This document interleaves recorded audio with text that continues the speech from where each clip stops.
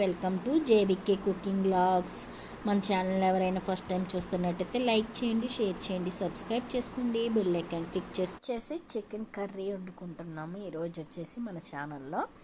ఎవరైనా మన ఛానల్ని ఫాలో అవ్వకపోతే ఫాలో అవ్వండి. ఇవి ఆనియన్స్ అనేవి కట్ చేసి పెట్టుకున్నాను. కొంచెం ఏపే క్లిప్ అనేది కనిపించలేదండి. ఇలాగా ఆనియన్స్ అనేవి ఫ్రై చేసేసాను. 2 పచ్చిమిరకాయలు, 1 ఆనియన్ అనేది కట్ చేసి పెట్టేసుకున్నాను.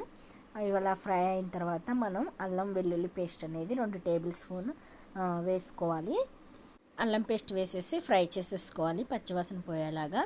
ఇప్పుడు మనం కడిగి పెట్టేసుకున్న చికెన్ ఉంటుంది కదా, ఆ కడిగి పెట్టేసుకున్న చికెన్స్ కూడా ఇందులో వేసేసి ఆ నీళ్ళు అనేవి పోయేలాగా అనేది డ్రై చేసేయాలి. నీళ్ళు అనేది డ్రై అయిన తర్వాతే మనం అనేది ఏంటంటే ఉప్పు వేసుకున్న, పసుపు వేసుకోవాలన్నమాట. ఎందుకంటే చికెన్లో చాలా వాటర్ ఉంటుందండి.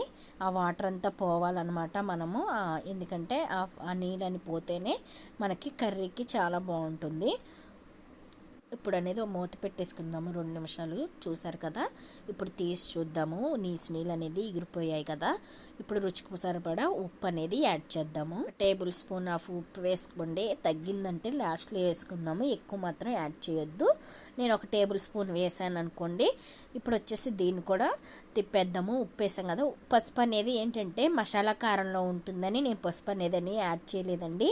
మీకు అంతకీ కావాలనుకుంటే పసుపు కూడా యాడ్ చేసుకోండి.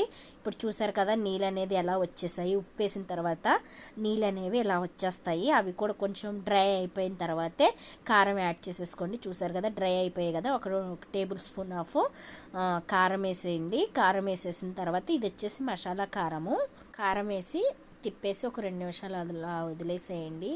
ఇప్పుడు వచ్చేసి మనము ధనియాల పౌడర్ అండి, 1 టేబుల్ స్పూన్ ఆఫ్ ధనియాల పౌడర్ యాడ్ చేయండి.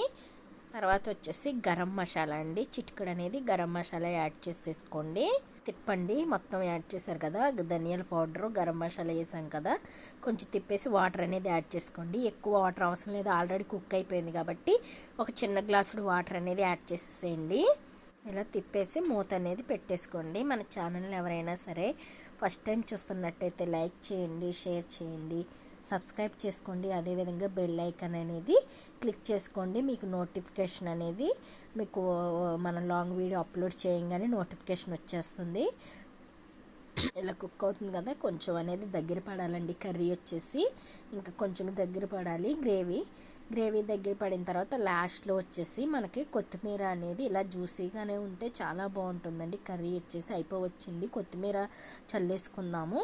ఇలా కొత్తిమీర తీసేసుకొని తిప్పేసేయండి. చాలా అంటే చాలా బాగుంటుందండి. పిల్లలకి ఇష్టపడతారు కదా ఎక్కువ చికెన్ అని. ఇలా కర్రీ వండేసి గ్రేవీ ఎక్కువ పెట్టేస్తే చాలా అంటే చాలాగా బాగా ఇష్టంగా తింటారు. స్పైసీగా వర్షం పడేటప్పుడు వేడివేడి అన్నంలో కానీ చపాతీలో కానీ చాలా బాగుంటుంది గ్రేవీ అనేది.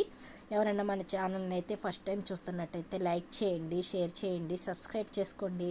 అయిపోయింది మన చికెన్ కర్రీ. ఎంతో రుచిగా ఉండే ఈ చికెన్ కర్రీ అనేది ఎలా ఉందనేది ఒక కామెంట్ చేయండి. Thank you your support.